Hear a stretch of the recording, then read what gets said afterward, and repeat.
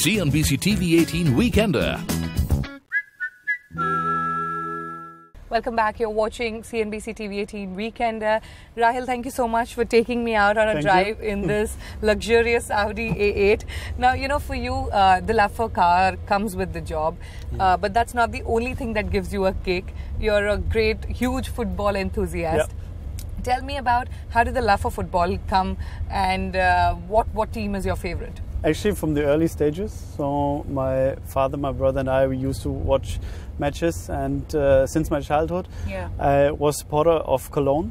But when I started working with Audi, my passion for Bayern Munich also started. So since then, I'm also supporting Bayern Munich, and I watch every Bayern Munich game, to be honest. So that gives me sleepless nights throughout the week, especially when the Champions League is on. But it's good. It's a real passion. Like you said, your favorite football team is Bayern Munich, but it also has an association with Audi. Tell us about that partnership and how did that happen? So I think it's, first of all, geographically, Ingolstadt is close to Munich. I think that's probably one of the things, proximity to, from a geographical perspective, but then obviously also the success. Audi has undergone a tremendous success within the past years. Decades actually, and so has Bayern Munich as a football team. I think that also led to the alliance, which is good, and I'm happy that Audi is associated with Bayern Munich. It's been a decade for the company in India. In fact, you celebrated and you gifted cricketer and Team India captain Virat Kohli an Audi Q7. Now, Audi has a close connection with Bollywood. In fact, Michael Pershke was very vocal about the association. He had been able to attract a lot of celebs to the brand with the 4 rings. Are you going to continue in the same fashion? Probably not to that extreme. We are very selective about who we associate with, and I think Virat is the right pick. Probably. He was actually already a brand ambassador earlier, without without him being on board officially. To be honest, he was an Audi customer. Audi cars, and now being obviously the captain of the team, we are more than happy to have him on board, and he's happy with his Q7. I handed over the Q7 to him last month, and he's quite a loyal customer, I would say. And did you customize it for him? Parts of it, yes, but I texted him yesterday actually, and we agreed that there should be something else done. And I said, "You give me your car, we'll definitely come back with to you with a surprise." The common belief is that buying an Audi is cheaper than owning it. Is it true? Yes. All right. No, actually, we are working on a lot of customer packages. I think that's something which we take very seriously. Feedback is from the customer side. Total cost of ownership is always a concern with luxury brands. So within the past years, we've been working heavily upon it, and especially now during my stint, we have a lot of offers on the Q7 and on the A6. We started actually with customer services packages, and now we have that available throughout the range. And there's a lot more coming. Actually, it's now the best time to buy an Audi? To buy a car, actually, yes. All right. It's now time for us to put you on a quick rapid fire round. Brace yourself. Here we go. Cars or football? Choose one. Cars. Cars, okay. Your comfort food? Chicken tikka. Chicken tikka. A quote that inspires you most? Turn customers into fans. All right. An app you're addicted to? An app that I'm addicted to, LinkedIn. LinkedIn. Okay. Your most expensive indulgence till date? Watch. Which one? It was a Rolex that I gifted to myself for my wedding. All right. Your favorite travel destination? Was India up to now. Now it's actually Formentera. Small island close to Ibiza.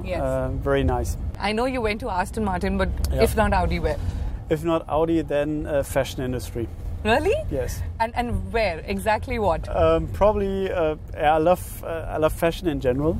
I would not necessarily choose a brand, but there are a couple of good brands that I really like. I used to work in fashion industry earlier, so for Hugo Boss. So that's something which I can clearly relate to. But I obviously also like brands like D Squared and so on. So there are a couple of brands that I really could relate with. 3 things you don't leave your home without?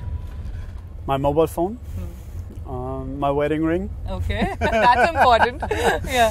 And probably my wallet. Your dream car? My dream car is the RS6 Performance. And you own that, right? I had it as a company car earlier at Ingolstadt, and now I have a Q7. Well done, Rahil. Now, you're a dad to 2 sons. How do you balance work and play? Well, actually, I spend times in the morning, especially with my kids. I love spending time with them, with my family, and then especially during the weekends. My son loves football. You share the common passion. Yeah, actually, yes. And but he's also into dinosaurs and books and so on. So I really. And which team does he support? He loves Bayern Munich. He only knows Bayern Munich, to be honest. Yeah. But yeah, I think spending time with them, that's something which I really appreciate, especially during the weekends. What is your take on the new policies as the BS6 norms and GST especially coming out now? I think in principle it's a good step. Starting with BS6, I think that's always a good step. We are sure that everything is done from the concerned stakeholders, that the fuel quality is also ensured at that stage when it's going to be implemented. Yes. On GST, I think it's the right step, especially because the complexity of the tax structure was quite a challenge. Yes. Now to bring it under a uniform tax regime makes much more sense. With competitors like Merck and Jaguar dropping prices of India manufactured models, wouldn't it be tough for you to again be number one? See, by the end of the day, it's not about only decreasing prices. You need to have that comfort level also with customers. And it's not necessarily about a few rupees here and there to reduce the price, but actually also to ensure that you are there on a sustainable basis for a customer. Meaning that whenever he has a query, whenever his service is there, that you actually also proactively communicate to the customer, hey, this is what the offer is, maybe on a service package, or also in the future to ensure that you are there even for buyback offers and so on. So that's something which customers can clearly relate to, instead of saying, oh, this is a one-off deal. Now, how do you think the luxury car market will be by 2020? It has grown to a slow extent as everyone was expecting it to be, but I'm sure that from next year onwards it will definitely grow much higher. All right, Rahil, thank you so much for your time. We wish you the very best for all your aggressive plans. With that, it's a wrap on this special edition of Weekender. Until next week, from the entire team, goodbye and many thanks for watching.